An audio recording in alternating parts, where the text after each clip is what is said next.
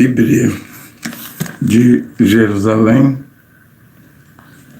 em Lucas capítulo 8, versículo 1, 2 e 3, né? O título aqui é a companhia feminina, as mulheres que seguiam Yehoshua, Jesus. Depois disso, ele andava por cidades e povoados, pregando e anunciando a boa nova do reino de Deus. Os 12, no caso aqui, os 12 apóstolos o acompanhavam.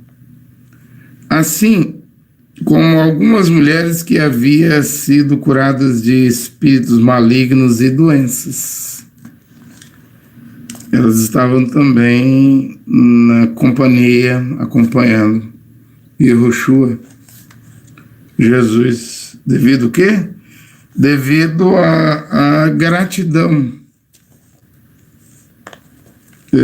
de terem sido libertas de espíritos malignos e curadas de doenças. Porque muitas pessoas, Yehoshua curava, como no caso dos 10 leprosos, né? Eu não curei 10 porque só voltou um. Né? Então, muitos só queriam a cura mesmo, a libertação da lepra, dos espíritos malignos, a libertação, e depois eles iam viver a vida deles sem se preocupar com o Salvador, com o dono da bênção, né? Pessoas que só queriam extrair de Jesus Cristo bênçãos, curas, libertações, milagres. E depois eles continuariam na mesmice incredulidade, né? Nasceram para ser salvos. Mas essas mulheres aqui, a Bíblia vai citar, Lucas vai citar o nome de algumas aqui, elas viram mais do que a cura, a libertação, os milagres, né? Elas reconheceram quem ele era, né? O que significava Yehoshua, Jesus. Tanto que essas mulheres estavam seguindo. Quem eram elas? Maria, chamada Madalena, da qual havia saído 7 demônios. Joana, mulher de... uma mulher casada, né? Joana, mulher de Cusa, o procurador de Herodes, ou seja, uma mulher cujo marido tinha uma posição elevada, importantíssima. O marido dela era o procurador do rei Herodes, né? E ela está aqui caminhando na companhia de Yehoshua, de Jesus. Aí diz outro nome aqui, Susana, e várias outras. Aí o texto diz aqui, é nisso aqui que eu quero chegar, que os serviam com os seus bens. Tem um texto que diz que servia Jesus e os 12 apóstolos com suas fazendas. O que é isso? Com seus recursos materiais. Ou seja, essas mulheres sustentavam o Senhor Jesus Cristo e os 12 apóstolos. Mantinha mesmo, dava manutenção, garantia os recursos para a viagem, recursos para a alimentação. Elas eram a estrutura financeira, recurso financeiro, sustento financeiro de Yehoshua e os 12 apóstolos. Agora, por que elas faziam isso? não havia dízimos nesse tempo? Aqui nas 12 tribos de Israel, sim, havia dízimo, mas o livro de Números, o capítulo 18, versículo 21, diz que os dízimos pertenciam aos levitas, né? Eis que os filhos de Levi dou por herança todos os dízimos arrecadados em Israel. E o dízimo vinha de tudo, né? Do endro, do cominho, da hortelã, da agricultura, do gado, das ovelhas, das sementes, dos cereais. Não era pouco dízimo, não, mas esses dízimos já tinham dono. Quem era o dono dos dízimos? Yahvé disse que o dono dos dízimos eram os levitas. Eis que aos filhos de Levi dou por herança todos os dízimos arrecadados em Israel em compensação pelo seu serviço, ou seja, eles iam trabalhar no templo. Iriam fazer o serviço lá da tenda, da reunião. Então toda a nação hebraica, hebreia, israelita de Israel tinha que trazer os dízimos, conforme está escrito em Malaquias capítulo 3, versículo 10, aqui na Bíblia de Jerusalém. Todos eles tinham que trazer o dízimo. Trazei o dízimo integral. Está escrito aqui, ó. Trazei o dízimo integral para o tesouro, a fim de que haja alimento na minha casa. Era aquele templo lá.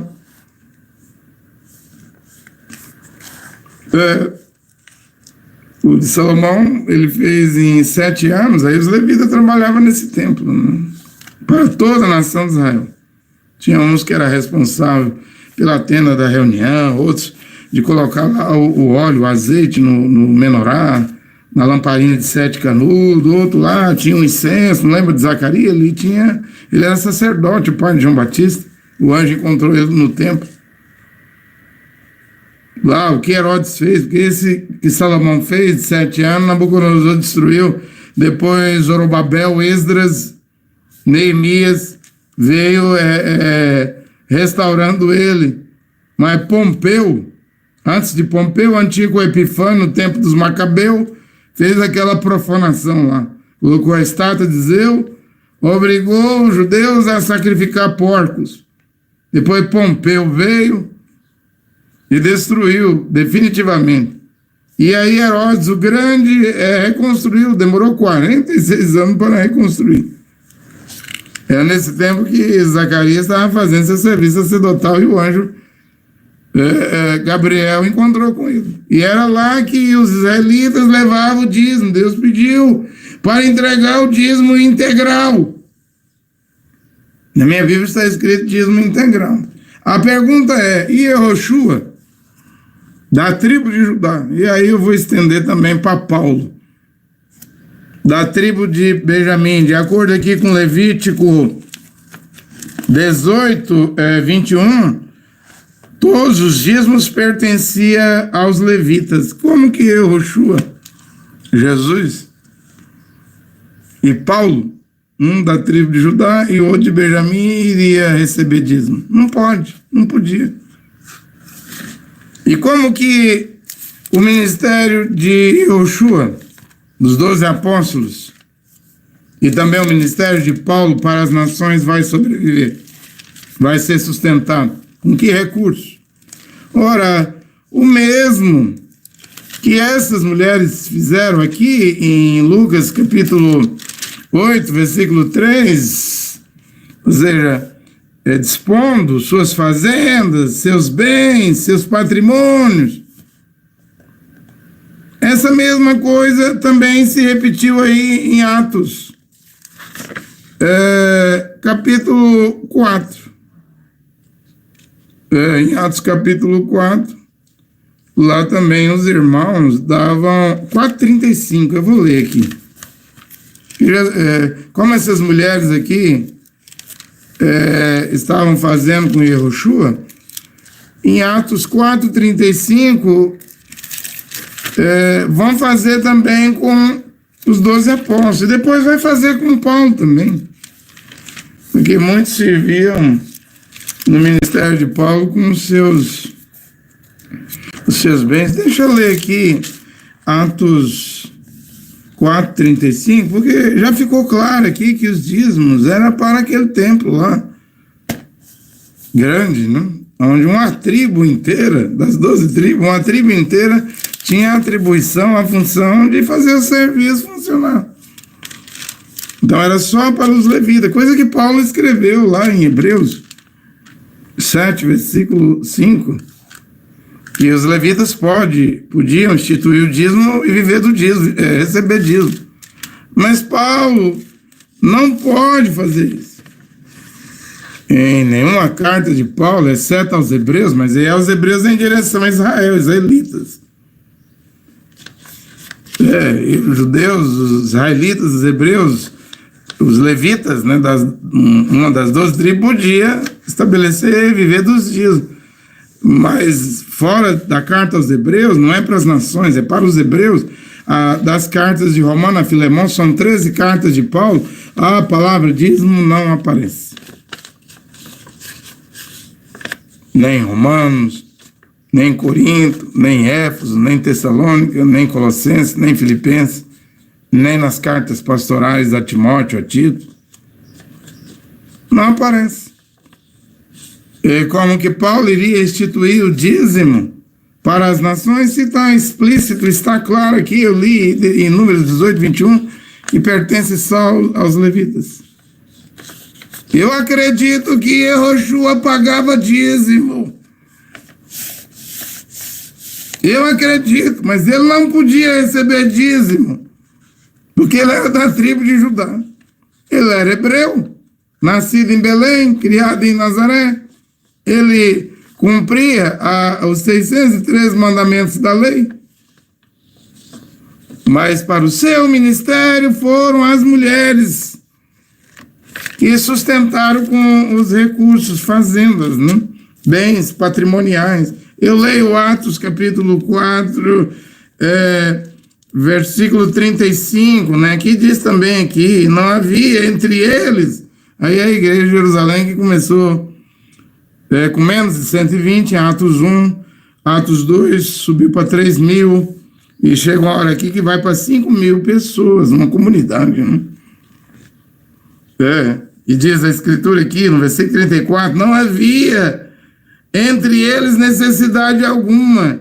De fato, os que possuíam terrenos ou casas, lotes, né, casas, olha, eles vão fazer o que as mulheres fizerem em Lucas 8, versículo 3. Eles não vão sustentar os apóstolos com dízimos.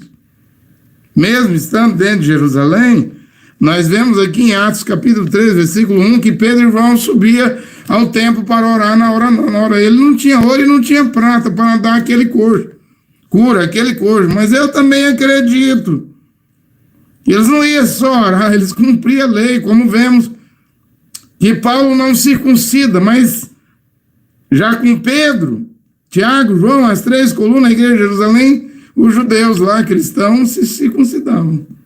Dizia que a lei de Moisés, porque Yehoshua falou em Mateus 5,17 que não veio para abolir, ele não aboliu o dízimo.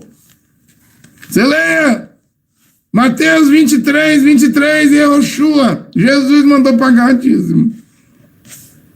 Ai de vós, fariseus e escribas, doutores da lei, hipócritas, vocês manda pagar o dízimo, doendo, cominho, hortelã, deveis fazer essas coisas. Ele não aboliu o dízimo, mas não deve omitir o mais importante da lei, que é a fé, o juízo e a misericórdia. Mas ele mesmo não pode receber dízimo, nem ele, nem Paulo. Aí você pode, não? Pastor da Universal, pastor da Mundial, pastor da Internacional, pastor da Plenitude do Trono de Deus, pastor da Assembleia de Deus, pastor Batista. E você pode, né? Pastor dos tabernáculos, das divisões que prega a mensagem Mombrana. Eu vou entrar nisso agorinha, Mombrana pagando dízimo. Vou. E a hora em que nós estamos vivendo, que já não é mais necessário pagar dízimo, vai desagradar. Vai sim, desagradar os pastores que pregam a mensagem Mombrana.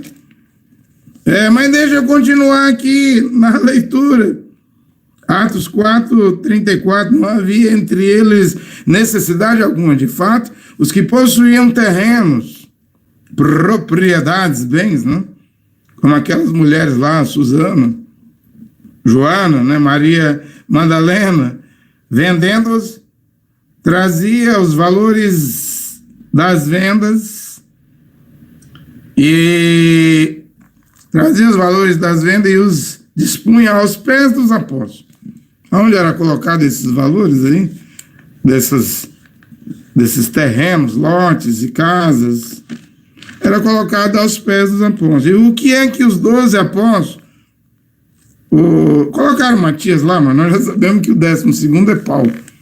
O que é que esses apóstolos faziam com esses valores? Distribuíam, então, a cada um segundo a sua necessidade. Foi até estabelecido 7 diáconos, né? Que deveria visitar, assistir pessoalmente as viúvas, os órfãos, para que não houvesse necessidades, né? Teve até uma crise lá, os helenistas lá, as viúvas, órfãos, achou que não estavam sendo bem atendidos, os hebreus, achou que o grupo da igreja primitiva dos hebreus estava sendo mais melhor assistido do que as viúvas helenistas. Tem aqui em Atos, aqui, mas isso foi resolvido. Mas hoje, se você vende uma fazenda, um terreno, uma casa, e dá ao pastor, o que vai virar isso? Rádio, televisão, banco, posto de petróleo. Ou quando o pastor não pegar esse terreno. E essa casa para ele, porque se um pastor souber que um irmão, uma irmã na igreja já tem terrenos e casa e quer doar, ele passa na frente na hora. Ele já fica agoniado, ansioso, quando sabe que o irmão vai vender uma fazenda, já pensa, 10% é meu. Dessa fazenda. Vai vender a casa, R$1 milhão. Pronto, eu vou embolsar R$100 mil no meu bolso. Né? Já começa a pensar no Ranger, no Toyota, no Hilux, no Range Rover.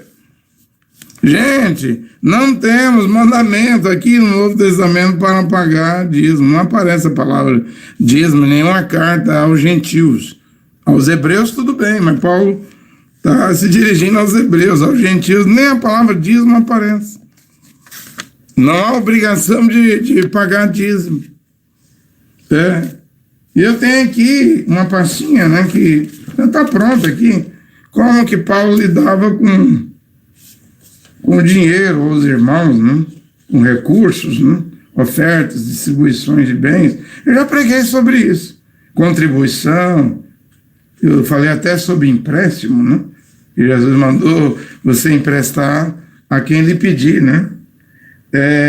Praticar o bem, dar aos que te pedem, dar aos pobres, dar aos irmãos na fé, sobre as coletas que Paulo estabeleceu, né? Eu já preguei sobre isso. Tem uma pregação aí que envolve essa dinâmica, né? Que muitos gostam, né? Que é a dinâmica do capital de giro, do dinheiro, né? Só que Paulo pregava gratuito, Paulo pregava por amor. Paulo, o apóstolo, muitas vezes podia receber salário, mas como ele tinha um ofício de fazedor de tenda, ele preferia trabalhar e pregar de graça, para dar o exemplo para os irmãos com sua vida, para que não houvesse nenhum irmão preguiçoso. Nas igrejas, ele chegou a estabelecer, se o irmão é preguiçoso, não trabalha, não dê café da manhã a ele, não dê almoço a ele, não dê lanche a ele, não dê a ceia, a janta a ele. Quem não trabalha não come. Eu não estou aqui só para pregar o evangelho, Paulo dizendo. nas fadigas, no trabalho, no meu ofício, de dia e de noite, eu dei um exemplo. Você sabe que a maior pregação não é palavra. Gogó. A maior pregação é o exemplo. Isso aí Paulo dava, mas dava mesmo. Pregava e pregava mesmo com exemplo. Para acabar com os preguiçosos. O problema de hoje é os trambiqueiros. Os homens do trambique, do engano. Profetas, pastores, teólogos, reverendos, bispos, tudo trambiqueiro. Papas, arcebispos, padres. Não querem trabalhar. Querem enganar as pessoas. E há uma disputa pelo rebanho, né, pelo gado.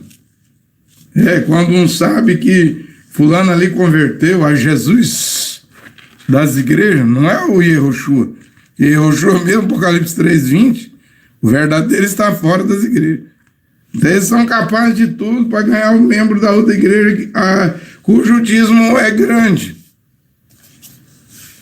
Sendo que nem dízimo temos obrigação aí no Novo Testamento para pagar. Qual pastor brasileiro é levita? E o Brasil está cheio de sinagoga agora, né? Com techuvá, paraxá, com quipá, com talite, cheio de igrejas judaicas messiânicas, né? Cobrando os dízimos. Simplesmente cobrando os dízimos. Coisa que Yehoshua, Jesus, não cobrou. Coisa que Paulo não cobrou, né? E nós devemos voltar ao Evangelho de Paulo, né? Simplesmente devemos voltar ao Evangelho de Paulo. Você quer o texto onde Paulo fala para os irmãos servirem com seus bens? Está aqui em Romanos 12:18. Aquele que distribui seus bens, vimos a distribuição dos bens em Lucas 8:3, as mulheres sustentando Jesus dos apóstolos. Vimos em Atos 4:35, os irmãos vendendo os seus lotes e casas, sustentando lá as necessidades do santo, embora teve o caso lá de Ananias e Safira, dois hipócritas, mentirosos que morreram. Você conhece lá o caso da hipocrisia deles lá. Mas vemos aqui em Romanos 12:8 que esse sistema também está aqui, ó, na Igreja das Nações. Aquele que distribui seus bens, que o faça com simplicidade. Se contribuir, contribua generosamente. Quem reparte com os outros o que tem, que o faça com generosidade. Ou seja, quem ajuda os outros, os irmãos aí das igrejas de Paulo, se você vai ajudar os outros, Paulo está dizendo, ajude com alegria. Estou mostrando que esse sistema de Lucas 8:3 é o mesmo de Atos 4:35 e é o mesmo aqui em Romanos 12, 12, versículo 8.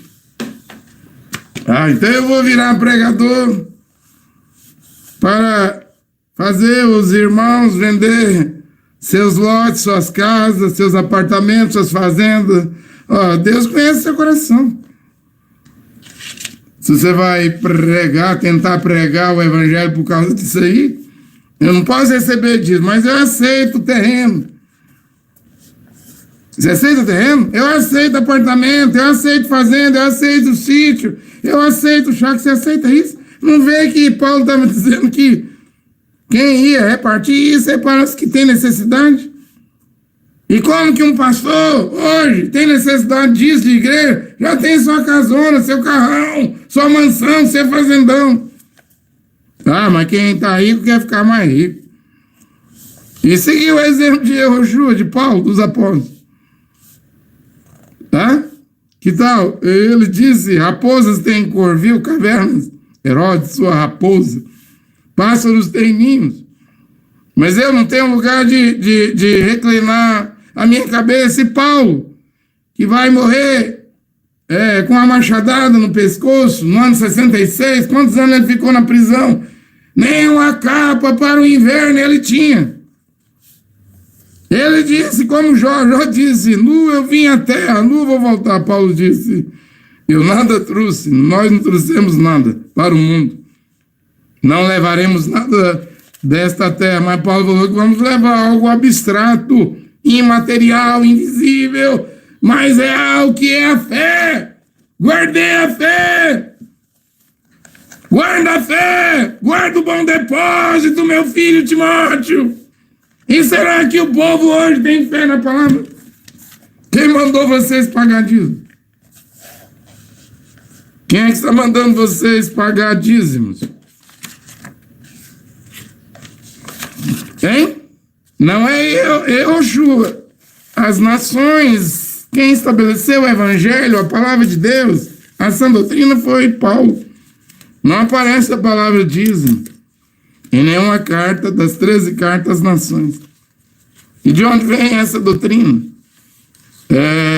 Neotestamentária, do Velho Testamento. Eu já disse, eu fiquei 10 anos com o Cacu, eu achei que o Cacu seria o profeta após o William Branham, mas eu vi que ele não é. Ele não é, porque o William Branham falou aqui, na mensagem de Éfeso, na minha mão, página 66 e 67, diz que ainda na era de Laodiceia, após ele, ainda haveria de vir um profeta. Um desses dias, estou lendo. Você que tem a mensagem Mombrana, pode ler aí, página 66 e 67 da era de Éfeso. Um desses dias haverá é futuro, ou seja, ainda depois de William Branham. Não estou torcendo a mensagem Mombrana, não. Eu estou dizendo o que ele disse aqui. Haverá de vir um profeta. Mas o Mombrana não é o único. Não é o sétimo anjo, ele é o sétimo anjo, não é o sétimo mensageiro, é. Mas que culpa tenho eu? Se Mombrana escreveu aqui que viria após ele, ainda dentro da era de Laodiceia, e ele está pregando na era de Éfeso. Isso aqui é assim do Senhor. Que culpa tenho eu se Mombrana disse que viria, haverá outro profeta após ele dentro da era de Laodiceia? Eu não sou responsável por isso aqui que está escrito, não. Eu sou responsável por pregar. Viu? Pastores, sabichões, branamisa, que sabe tudo sobre tenda, sabe tudo sobre 7 trovões, sobre terceira puxada, novo nome, sabe explicar qualquer ponto aí, apocalíptico, o que o Mombrana pregou, isso aqui, por que vocês não pregam isso? Isso aqui ainda está em tempo. Nós estamos ainda na 7ª era da igreja, ela é curta, muito curta, mas Mombrana não falou que seria a menor de todas as eras da igreja, não. Ele fica de olho em Israel. Quando os judeus reconstruírem o templo e voltarem à adoração, antes disso o rapto vai acontecer. E o rapto é o final da 7ª era, da era de Laodiceia. O que